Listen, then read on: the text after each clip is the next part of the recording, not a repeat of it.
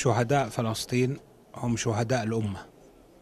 شهداء فلسطين في مواجهة العدو الصهيوني هم شهداء الأمة، لأنهم نابوا عن الأمة في الحفاظ على أرض الإسراء فلسطين، الحفاظ على القدس، الحفاظ على أرض فلسطين بعامة.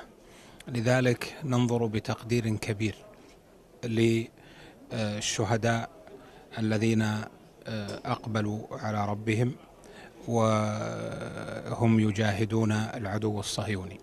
فمن إكرام هؤلاء الشهداء ومن محبتهم أن نهتم بذويهم، أن نهتم بآبائهم، بأمهاتهم، بأبنائهم، بإخوانهم، لأن هذا من الواجب، واجب النصرة، وواجب أن نخلف من غزا